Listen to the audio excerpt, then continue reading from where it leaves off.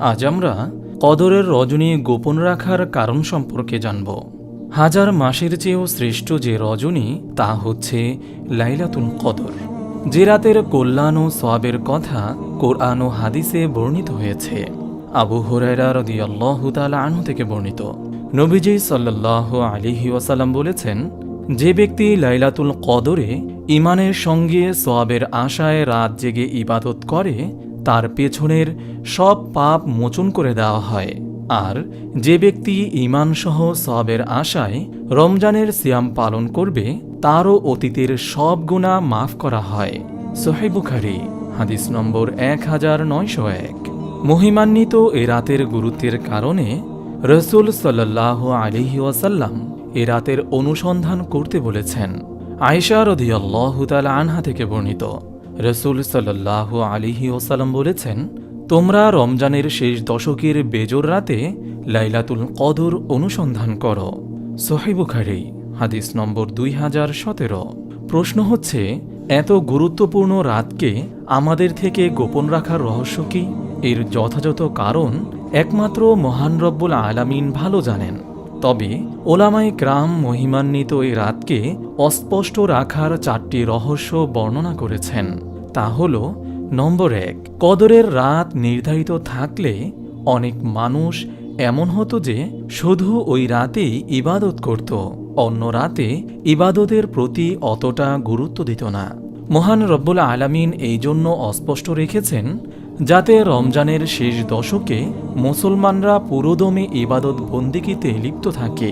যেমন জুমার দিন যে সময়টিতে দোয়া কবুল হয় সেই সময়টি গোপন রেখেছেন যেন বান্দা জুমার দিন পুরো সময় ইবাদতের জন্য সচেষ্ট হয়।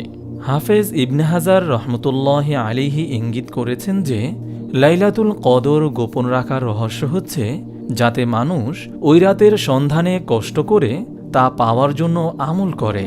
এর পরিবর্তে যদি এই রাত নির্ধারিত হয়ে যেত তাহলে মানুষ শুধুমাত্র এই রাতেই ইবাদতে সীমাবদ্ধ থাকত। নম্বর 2, উবাদা ইবনুস সামিত রাদিয়াল্লাহু তাআলা আনহু বলেন, একদা নবীজি সাল্লাল্লাহু আলাইহি ওয়াসাল্লাম আমাদের লাইলাতুল কদরের নির্দিষ্ট তারিখ অবহিত করার জন্য বের হয়েছিলেন। তখন দুজন মুসলমান ঝগড়া করছিল। তা দেখে তিনি বলেন, আমি তোমাদেরকে লাইলাতুল কদরের সংবাদ দেওয়ার জন্য বের হয়েছিলাম। তখন অমুক অমুক ব্যক্তি ঝগড়া করছিল, ফলে তার নির্দিষ্ট তারিখের পরিচয় হারিয়ে যায়। সম্ভবত এর মধ্যে তোমাদের জন্য কল্যাণ নিহিত রয়েছে। সহিহ বুখারী হাদিস নম্বর 2023। এই হাদিস থেকে বোঝা যায় মুসলমান পরস্পর ঝগড়ায় লিপ্ত হলে আল্লাহ তাআলা আমাদের থেকে অনেক বরকত ও কল্যাণ তুলে নেন।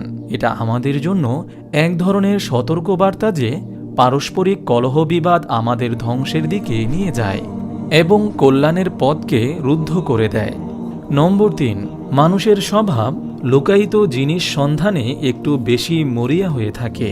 আল্লাহর নৈকট্য লাভের আশায় আল্লাহর প্রিয় বান্দারা এই লাইলাতুল কদরের জন্য উদ্গ্রীব হয়ে থাকে। এই রাতে ইবাদত করে তারা এক অন্যরকম স্বাদ অনুভব করে। যারা ইবাদত করে আনন্দ লাভ করে তারা এই লুকানোর মাঝেও তা অনুভব করে থাকে। নম্বর 4, এ রাতে তাকদীর লিপিবদ্ধ হয়, আর তাকদীরের বিষয়টি একমাত্র মহান রব্বুল আলামিনই জানেন। যেভাবে তাকদীরের বিষয়টি গোপন রাখা হয়েছে, তেমনি যে রাতে তাকদীর লিপিবদ্ধ হয় সে রাতকেও আমাদের থেকে অস্পষ্ট করা হয়েছে। আল্লাহ তাআলা বলেন, নিশ্চয়ই আমি এটা নাজিল করেছি এক বরকতময় রাতে, নিশ্চয়ই আমি সতর্ককারী। ওই রাতে প্রত্যেক চূড়ান্ত সিদ্ধান্ত স্থিরকৃত হয়।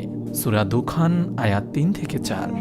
মোট কথা, এটা আল্লাহ তাআলার হিকমত যে এত দামি ও গুরুত্বপূর্ণ একটি নিয়ামত যদি বিনা পরিশ্রমে হাতের নাগালে রেখে দিতেন তাহলে হয়তো এর যথাযথ মূল্যায়ন হতো না।